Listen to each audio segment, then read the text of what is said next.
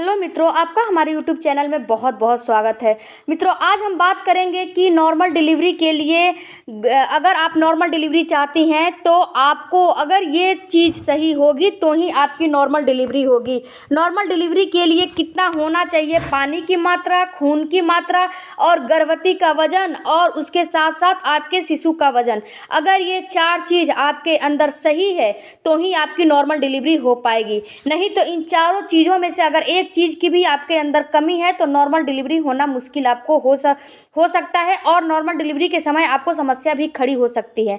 तो सबसे पहले बात करते हैं पानी का लेवल, यानी कि एमनियोटिक फ्लूइड कितना होना चाहिए आपके अंदर। जिस एमनियोटिक द्रव्य में जिसमें पानी में आपका शिशु रहता है उसकी मात्रा आपके अंदर कितनी होनी चाहिए, जिससे कि आपको नॉर्मल डिलीवरी में होने में कोई समस्या ना हो।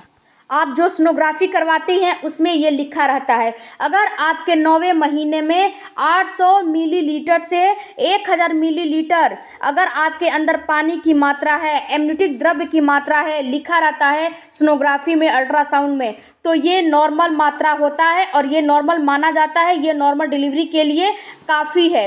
ये आपके अल्ट्रासाउंड में AFI लिखा होगा, ये AFI लेवल है और ये प्रेगनेंसी के टाइम इतना अगर होगा तो आपकी नॉर्मल डिलीवरी पॉसिबल है। अगर इससे आपको कम है, AFI अगर आपके सोनोग्राफी में इससे कम निकला है, कम लिखा हुआ है, तो आप इसके लिए खूब सारा पानी पिए, 8 से 10 गिलास पानी पिए। आप लिक्विड की मात्रा बढ़ा लें, नारियल पानी पिए, छाछ पिए, जूस पिए। यानी सब कहने का मतलब कि अब तो गर्मी का मौसम आ गया है तो तरबूज मिल रहा है, हर चीज़ मिलेगा, तो आप इन सब चीज़ों से आप अपना जो है पानी की मात्रा इन सब चीज़ों से बढ़ा लीजिए और अपना पानी की मात्रा सही कर लीजिए, जिससे कि आपको नॉर्मल डिलीवरी में कोई समस्या और कोई परेशानी ना हो। इसके बाद बात करते हैं कि अब आपके अंदर हीमोग्लोबिन की मात्रा कितनी होनी चाहिए।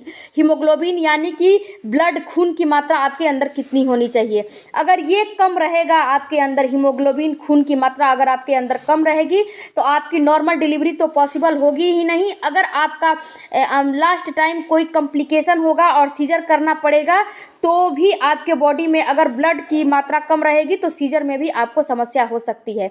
तो इसका लेवल 10 से 12 ग्राम तक मानी जाती है, नॉर्मल मानी जाती है। अगर 10 से 12 ग्राम तक इसका लेवल आपके अंदर है, 9वें महीने में इतना ब्लड की मात्रा होना चाहिए। अगर इतनी मात्रा है तो समझ लीजिए कि आपका जो नॉर्मल डिलीवरी है वो पॉसिबल है और नॉर्मल डिलीवरी अच्छे से हो सकती है। अगर इससे कम है तो आपको जो कोई कॉम्प्लिकेशन आ जाएगा आपके डिलीवरी में तो भी आपको 12 पॉइंट तक हीमोग्लोबिन होना चाहिए। आपकी जो सीजर होगी डिलीवरी उसमें आपको 12 पॉइंट तक हीमोग्लोबिन रहेगा तभी आपको सीजर होगी, नहीं तो आपको ब्लड अलग से चढ़ाना पड़ेगा। तो आप खून की अगर कमी है, हीमोग्लोबिन कम है आपके अंदर, तो इसको आप बढ़ाने की कोशिश कीजिए। इसके लिए क्योंकि ये आपके शिशु के ज़िंदगी से जुड़ी बात है और आपसे भी जुड़ी बात है, तो इसके लिए आप अनार, गाजर, पालक, आयरन, फोलिक एसिड समय समय पर लेती रहें। जो आपको डॉक्टर फोलिक एसिड और आयरन का टैबलेट दिया है उसको आप इग्नोर ना करें, उसको समय समय पर लेती रहें और समय समय पर अपना हीमोग्लोबिन चेक करवाती रहें, खून की कमी ना हो इसके लिए आप हर समय अपना चेकअप करवाती रहें। और जो चुकंदर का ज़्यादा से ज़्यादा सेवन कीजिए, इसमें बहुत ज़्यादा ब्लड पाया जाता है, इससे बहुत ज़्यादा ब्लड की कमी होगी तो रिकवरी बहुत अच्छे से हो जाती है। तो आप हीमोग्लोबिन को अपने अंदर कमी ना होने दीजिए। इसके बाद आपके वेट, अब जानते हैं कि नॉर्मल डिलीवरी अगर आप चाहती हैं तो इसके लिए आपका वज़न कितना होना चाहिए। तो देखिए, जब आप प्रेगनेंसी कंसीव की हैं तब का वेट से 9 मंथ तक आपका वेट 11 से 15 केजी बढ़ना चाहिए, बस। इससे ज़्यादा आपका वेट नहीं बढ़ना चाहिए। अगर आप दुबली पतली हैं तो पहले से आपका वेट जितना है उससे 9 मंथ में आ गई हैं तो 11 से 15 केजी ही बढ़ना चाहिए। अगर इससे ज़्यादा हो गया तो आपको नॉर्मल डिलीवरी में कोई कॉम्प्लिकेशन हो सकती है और ख़तरा हो सकता है। अगर इतना है तो नॉर्मल डिलीवरी में कोई कॉम्प्लिकेशन नहीं होगी। वहीं जो महिला ऑलरेडी फैटी है, यानी कि पहले से मोटी है, तो उन्होंने प्रेगनेंसी कंसीव किया है तो उनका जो वेट है पूरी प्रेगनेंसी में 7-8 केजी ही बढ़ना चाहिए, इससे ज़्यादा नहीं बढ़ना चाहिए। अगर 8 केजी 9 केजी तक मतलब लास्ट है 9 केजी, अगर इससे ज़्यादा बढ़ेगा तो आपको नॉर्मल डिलीवरी में समस्या खड़ी हो सकती है। इसके लिए आप अपने वेट को कंट्रोल रखें। अगर आपका वेट ज़्यादा हो जाएगा तो आपके शिशु का वेट अंदर दब जाएगा।